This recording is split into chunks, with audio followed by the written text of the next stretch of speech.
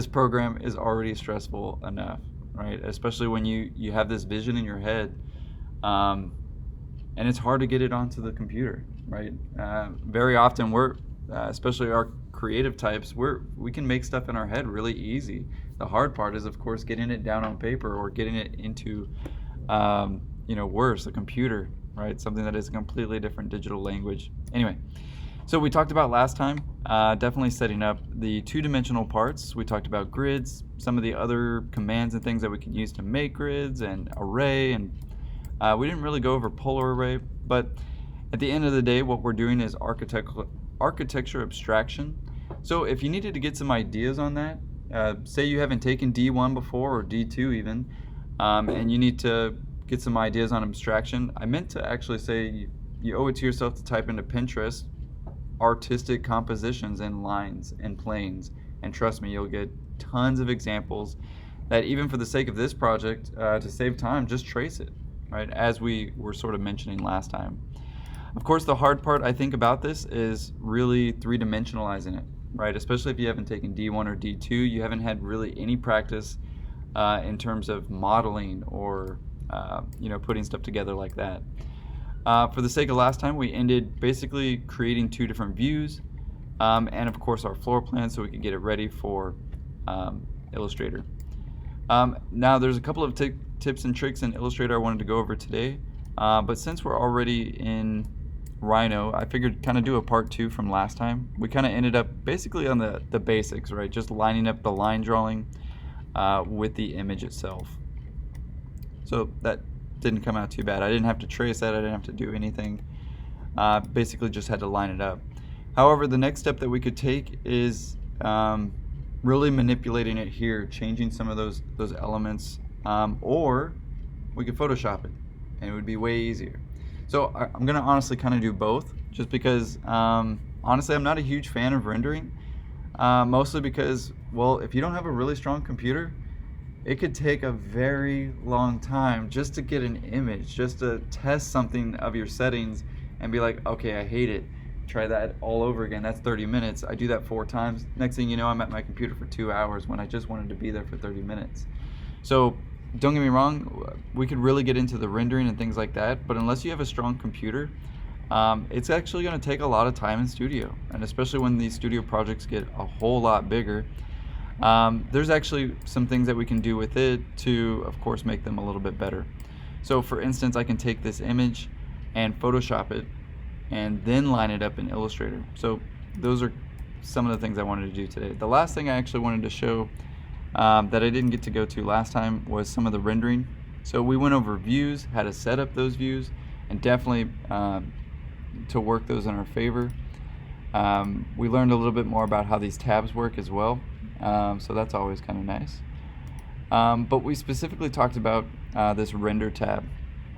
So you may not be able to see it, but let's go ahead and get my view. So I'm going to go get my named views. Set view, named view. It's not popping up by default, but there it is. And we set up that view last time. So one thing I did want to mention is that, well, we could get I think we went over sun a little bit, but just in case your sun isn't actually working, there is a better way to achieve shadows that arguably uses less CPU as well, and it's called Spotlight. So by default, you can actually make a spotlight, and to be fair, it's really cool, especially if you're ever making a stage and things like that. So I'm gonna hover basically over my model, the one that's in question, and basically just make a circle around it first. So you can imagine this is the radii of that spotlight that we're gonna use. And then I go off to another view to kind of offset the camera a little bit. And as you can see, it develops a shadow really easily. And you may notice it's not all fuzzy like the sun. Don't get me wrong, the sun's trying to be realistic. That's awesome. I like realism. But at the same time, I just want to get stuff done, and I just need to calculate shadows. After all, usually in architecture, we're just making objects, and we don't really pretendly make the background or environment or trees or ground surfaces. Not usually, because a lot of that stuff takes a lot of rendering power. However, we definitely talk about shadows all the time. And what I find nice about the Spotlight is it's still pretty controllable. arguably not the same amount of control or automation as the sun, but as you can see here, I can still dial it in and still get it just right. And arguably still doing pretty well for computing power. My computer's starting to heat up a little bit, so I'm gonna turn up my fans. Of course, if you're not using it yet, guys, Mac fan control on your Mac. And I'm not aware of the perfect one for a Windows computer, but if you got a name out there that's free, always good to run your fans at 100%, at least while you're running these programs. Let's face it, you're gonna actually increase the longevity of your computer life, right? And when you're plugging in your computer, guys, I don't know if I've mentioned this before, but you usually run at 18.2 volts, whereas if you're unplugged, you're usually running about 12 volts, right? So again, temperature is the name of the game when it comes to laptops. The cooler your temperature of your laptop is, the longer your laptop's gonna last. Anyway, I should also mention that my computer is for sale if anybody's looking to upgrade a computer. Anyway, if you've already got a Mac with an M1 or M2, then don't worry about it. This is anybody who wants to catch up. But let's save this. There's a couple ways we can save it. Like I was mentioning before, you could just take a screenshot, not a big deal. And for all extents and purposes, it's usually not a bad idea, especially for what we're trying to do. However, I did want to go over a little bit of the rendering process just because I don't really get to in any other class. So the rendering process can be a little tricky.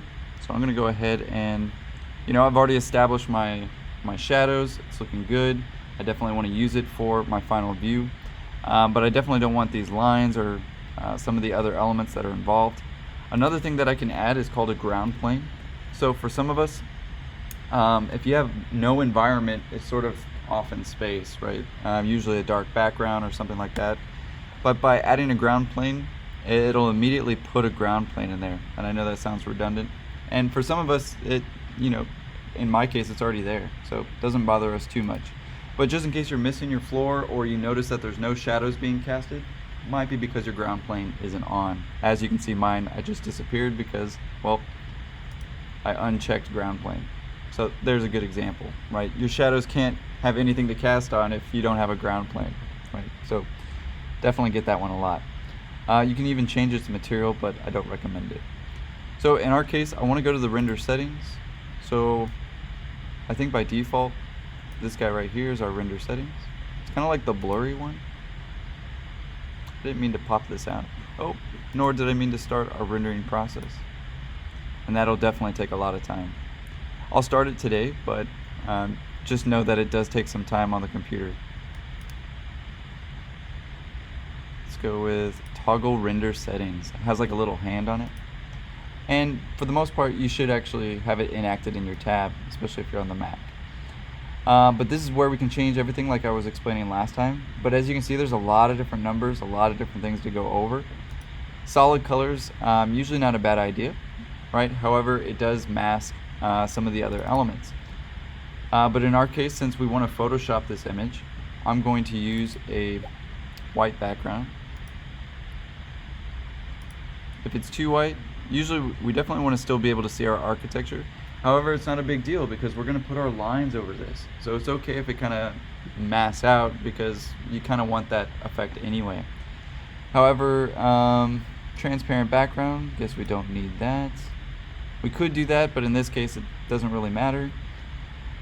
We do want our current viewport, which is of course this guy. And you may notice there's a current render. Rhino render is probably the way to go. However, if it's not working, like if it's just black, legacy render is kind of the way to go. And usually it just happens to do with something with our GPU card. If it's not very new or there's some sort of driver issue, this usually pertains to Windows. If you got some sort of driver issue or the drivers aren't updated, you might want to have to use legacy. There's really not a huge difference between them except speed, so not too big of a deal. A couple of other settings, like we were talking about the studio, and you can actually load different ones. You can also just say no environment. That would go the fastest. I would just throw that out there. And you don't technically have to use a background either. Of course, we have the ground plane option again. So again, show shadows only, things like that. Skylight, I don't think it's enacted actually if the sun is off, but let's find out. Yeah, I didn't really think so. Yeah, it's just like a little brighter and darker. I'm gonna go ahead and tone that down from 1. I like to put it at 0.85 just because, well, I can always add brightness back. It's really actually hard to get darkness back in that contrast. So I'm gonna make it a little thick, if you will, and kind of dark, because again, I can always make it lighter in Photoshop. So not a big deal. Oh yeah, we're gonna use some Photoshop today as well, I guess I should say. A couple of other things that we don't usually get to go over. You know, some of this stuff might be just too white for you, or you know, it's just not showing up the correct way. You might want to slightly change its color. Why not? So I do want to show that as well, that you can select an entire piece. So in my case, maybe I'm going to select this piece and that piece. I'm going to go over to my properties and I'm going to select this little guy right here. It's a material tab and it's known, well, it kind of looks like a little art tube. So I'm going to click on that. And in my case, I want to create a new layer, or sorry, a new material. So I'm going to hit the plus sign. And as you can see, like, this gets really complex, but it's kind of nice because now I can materialize some of the things that I'm looking at. And again, I'm still going to Photoshop them, so I'm not too worried about how realistic they are. But I may want to change their color. I would recommend paint or plastic, right? Actually, plastic looks pretty good. And it loads pretty well. So I'm going to choose plastic. And I don't know, I'm going to go with something kind of nice. Maybe like a red accent. I don't want to go too red, just because I don't like stuff too saturated. But that's looking pretty nice. Oh man, got a tour going on. I'm going to press apply. And there's a nice little pop, you know, to this render, right? And again, not so much that we have to do this to all the pieces, but you know, I might do it to a select few of them so I can really accent them or really make them stand out. I really want somebody to see maybe the inside of this face or maybe some of the shadow qualities going on, so I can definitely do that. And it's a really good just way to make them pop, right? I mean, especially this piece right here where it's getting a little hard to see, so I can select that piece. Keep in mind, selecting something in a rendered view is pretty detrimental. Probably should do this in shaded view. So as you can see, it comes about as a wireframe again. That's okay. So I'm gonna again set my material to something else. Let's try paint. That loads pretty fast too. But plastic does kind of have this sort of nice toy look, I think, to it. Has a nice character. I'm gonna go with the soft blue, as Bob Ross would say. And you'll notice nothing really changes here. It's only apparent in that rendered view. So that's actually looking pretty nice, at least nice enough to get started. We can definitely start seeing it against the background of the sky. The shadows are coming in pretty nicely, and we're starting to get some overlap there and whatnot. Now, one thing I did want to mention, and if you were in my graphics too, you probably already know about this, but we can actually trace our shadows, right? And we can hatch them, and we can make them line drawings, and they don't necessarily have to be the image. However, don't use both. It looks really tacky when you do both, right? Both a rastered image and a vector tracing of that image. So it does look kind of silly. But at least for today, I am going to go over the Photoshop one because I do think it's a little bit more intensive. So let's go ahead and do that. In my case, I'm going to, most of the stuff you can actually leave the same. So, you know, maximum bounces, that's basically light ray tracing, diffuse, glossy. I don't really want to explain all of these, and to be fair, I still have no clue what transmission really means. I think it's the transfer of light in the air, but again, a lot of this stuff actually, the only reason I know anything about it is because I wanted to be a computer designer for a while, or like a video game designer, and then I was like, man, that's boring. Like, I want to make real places. Anyway, so a lot of this stuff actually has to do with reality and some of the scientific ways that we interpret light refraction. It's pretty crazy. Anyway, so let's everything looks pretty good there, so I'm gonna hit render and let's see how long this takes today. Not too shabby. As you can see, it's like the world's smallest image. I don't even think I can zoom in. Yeah, and right now it's 640 by 480, and that's not gonna do, right? I mean, that is way too small. However, for a preview, that was actually really nice, right? Went really quick. You know, all the textures and things were really shiny and nice. But in my case, I do want to do a specific viewport, right? And in this case, I do want to select the actual iteration. And then the dimension quality, I'm probably going to go at least 1080p, right? Most of this stuff we're pretty familiar with. We've seen, I don't think I need to explain all this out. Obviously you have 4K, something like the amount of pixels of your screen. Now, if it was for studio, definitely. I'm going to use the biggest image I can. That way I'm never going to get any pixelation. But since I know that these are actually going to get a lot smaller on 11:17, they don't necessarily have to be that big, right? They definitely don't have to be 4K. I could probably get away with 2K, right? Which is about, you know, QHD and 2K, right? So that's pretty much fine. I'm going to hit render and it's going to do the process. What's nice is once this process is of course finished, we can save it as a JPEG, anything. And as you can see, it sort of ray traces it. So it's slowly making it less and less pixelated, essentially. I don't know if I can zoom in yet. Yep, I can. Let's just kind of get a close-up of what it's doing. You can kind of see it starts off as a really grainy image, and then slowly and slowly gets a little bit more clear. However, you can see at the bottom, because basically it's taking a series of pictures, and right now it's on 42 pictures out of 50. So we're almost finished. Not too shabby. But yeah, as you can see, we start to get some of the reflections in there, and that's going to look really nice with those lines that we put on top of it with Illustrator. And it looks like the render is ready. It's still a little blurry, but you know, not, again, it's going to get a lot smaller, so that's okay. I'm going to hit this save button right here, and of course put it somewhere where I can find it easily. Definitely don't want to save it as a BMP. Make sure you at least choose JPEG, or arguably a TIFF is even better, but JPEG will do just fine. We'll call this the background render, and we'll go ahead and Photoshop it first because, well, we can, right? And there's some still things that we can do it to improve this drawing. So I'm gonna go ahead and export. I can close that, and in fact I could rework the tracing that I already have, right? So I kind of did this last time.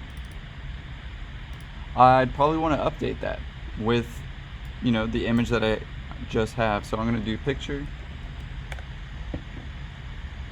background render. And to be fair, I could actually fix it with, you know, sort of the fixed one, if you will, with Photoshop. Dang, almost nailed it first try. Look at that. That's years of practice in the making, right? But not quite. Still a little bit off. I could get really specific. I don't know if I did this last time, but you can get really specific with like the scale tool.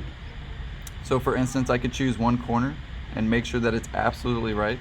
So the way that I would do that is move like last time, make sure that it's exactly spot on somewhere, take that piece, scale it, and use that as a base point, and then use a reference point. So in my case, it's going to be the other side of this image. In my case, I'll probably not hold shift there. I want to get as close as possible, and quite literally just lock it on. Sometimes it works, sometimes it doesn't, but in this case, definitely worked, right? Definitely match up our lines to that image, relatively easy, right?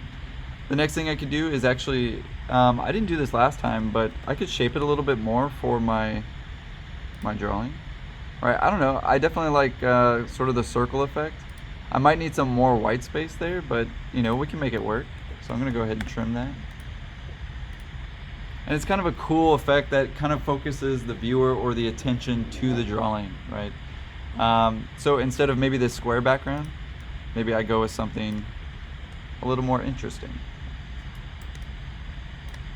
Obviously shrink that up a little bit. Maybe shrink it a lot a bit.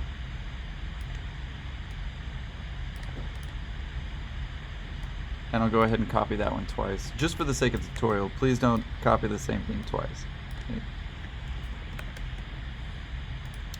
But I could start to get a little bit more bubbly, or even start to show hierarchy, you know, with those as well. Maybe I want you to focus on one a little bit more than the other.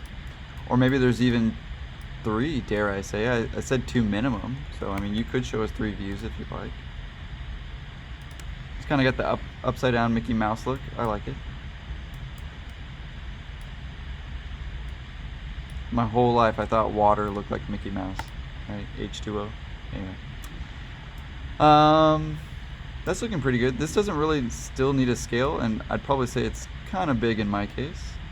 Probably something like that is fair. We do want a lot of white space. You know, we want somebody to be able to breathe.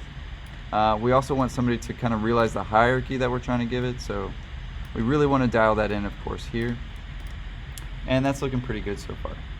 However, we need to get this for Illustrator and get it all nice and ready. So of course I will file, export selected. And I'll kind of do this simultaneously, both working for my Illustrator file, and then I have that background render file so that I can edit it and tweak it a little bit in Photoshop first. So desktop, we'll call it exercise 3, abstract, and it's part of the part 2. So call it that. Obviously I don't need a Rhino 8 model, so we'll go down to AI. And that's looking pretty good. Export. We'll preserve the model scale, or actually in our case, we can just take nothing is to scale yet, so we can definitely do that. Bless you. We're gonna go ahead and, we already have Illustrator open, but let's go ahead and Photoshop that first, because we're already ready for Illustrator, so give it a second. Wait for it. I think it's loading. Well, that one's going. Might as well open up our file. Desktop. Show part 2. Okay. We'll zoom out a little bit. It's probably way off in the distance. Yep. That's okay. We all understand why. And you'll notice that the image itself didn't line up, right? It doesn't come into play. It just doesn't export as an AI file, which is really unfortunate. You'd think that it would, especially since AI accepts files. So once Photoshop opens up, there we go. Let's go ahead and edit that a little bit. And of course, this is probably a refresher, especially if you've taken my D1 or D2. But it's just kind of a really good rule to have with your photos, right? You should never just accept what the computer offers, because you can always tweak it and get it and dial it just right. So let's go ahead and open up that background photo. And of course there's a slight tutorial for it. So background render.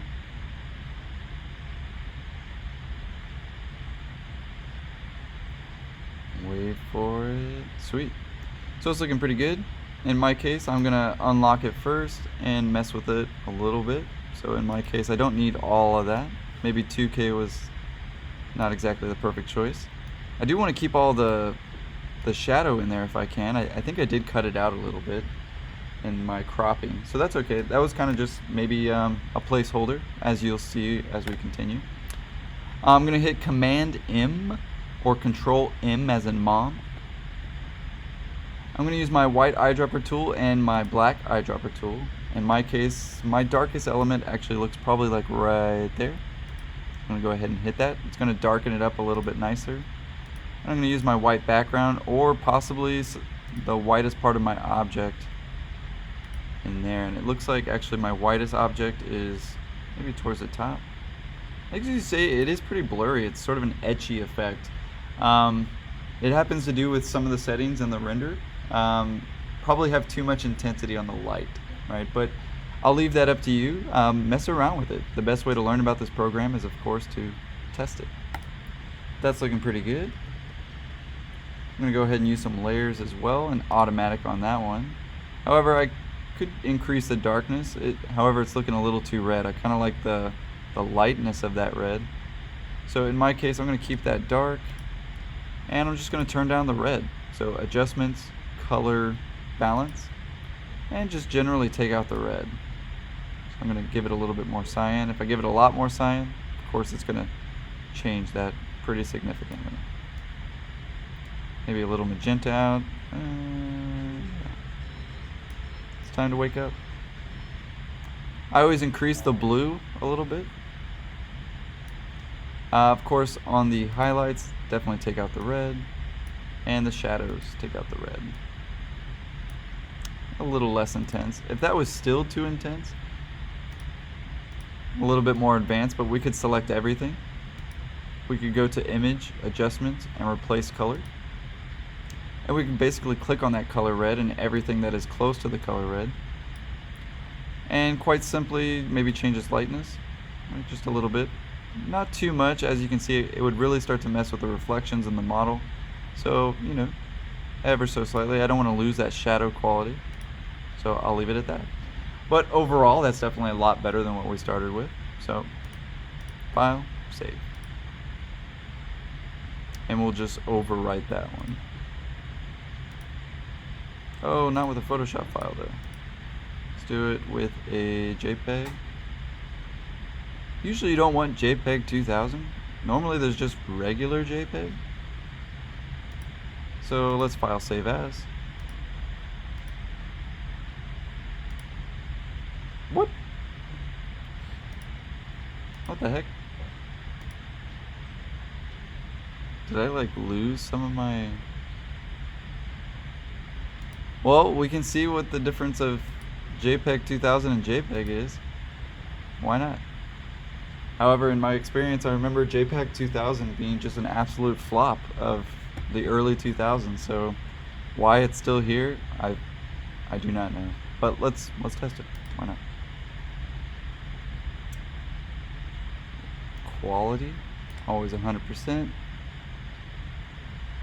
Apparently, it looks like we just have more options. That's okay. Go ahead and minimize that for now. Really, the next things and the last steps that we have are in Illustrator. So we just need to line those up and maybe get some of these compositional skills that we wanted to get in there.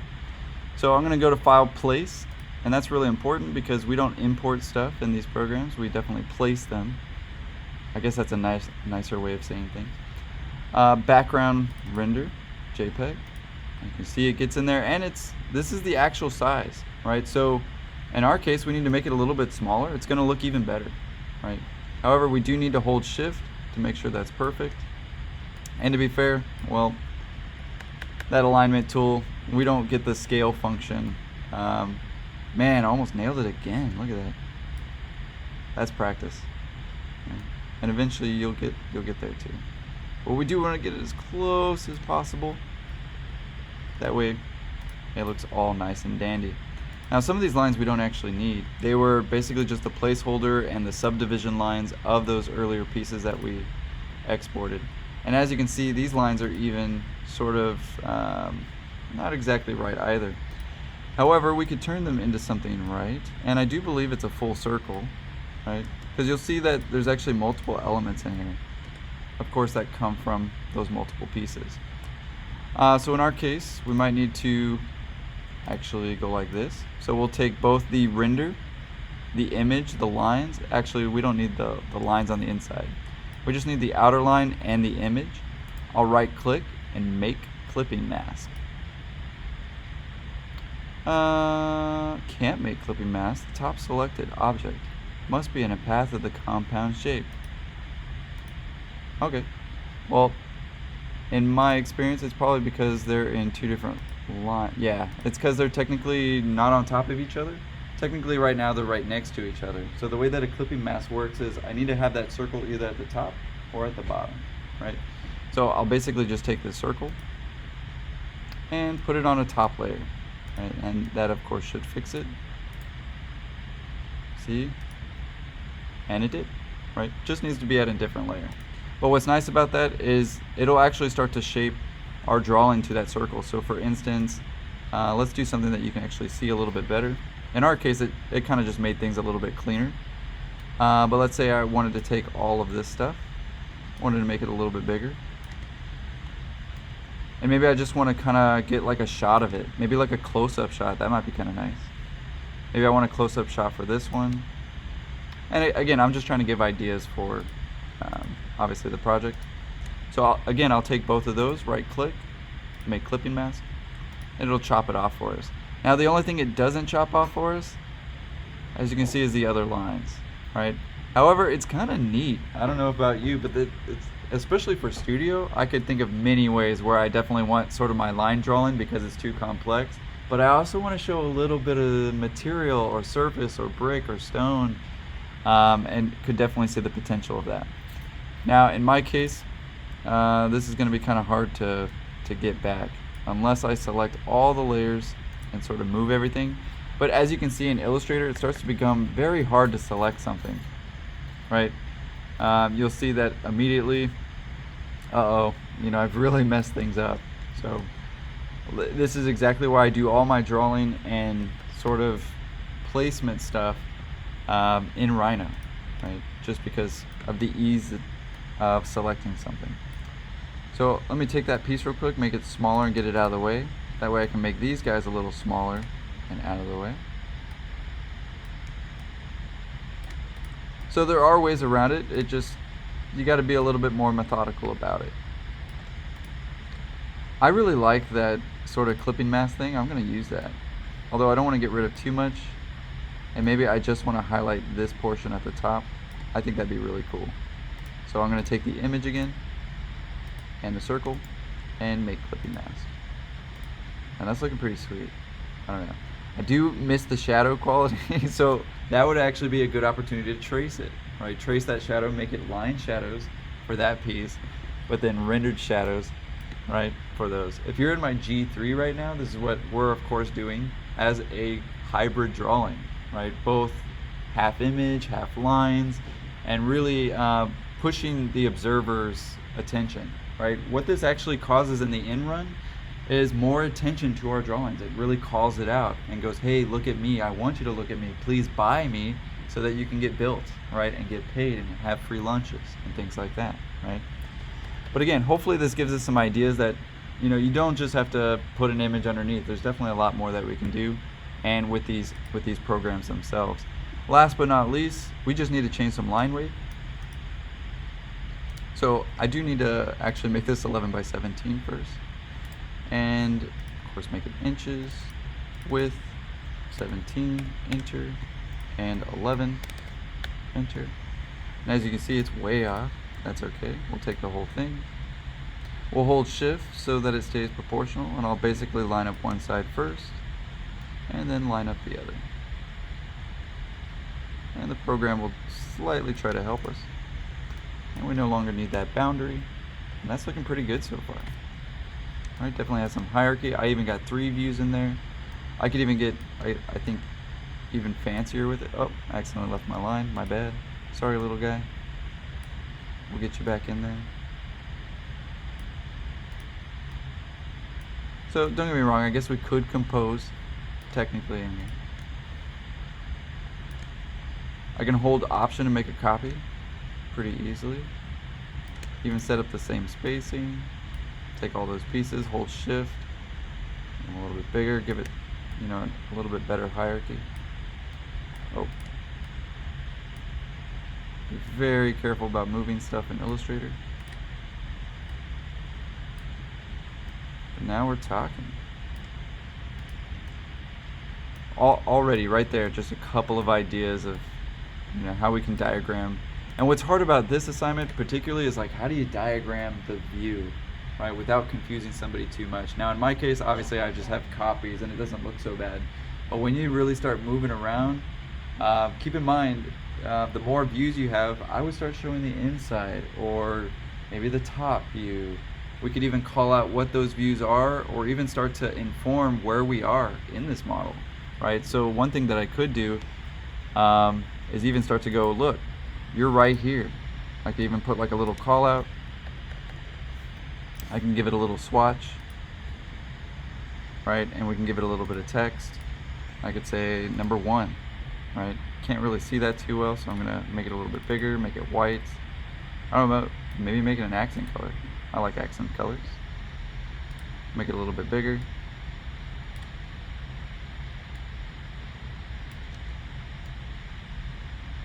Kind of like a nice little graphic style to it.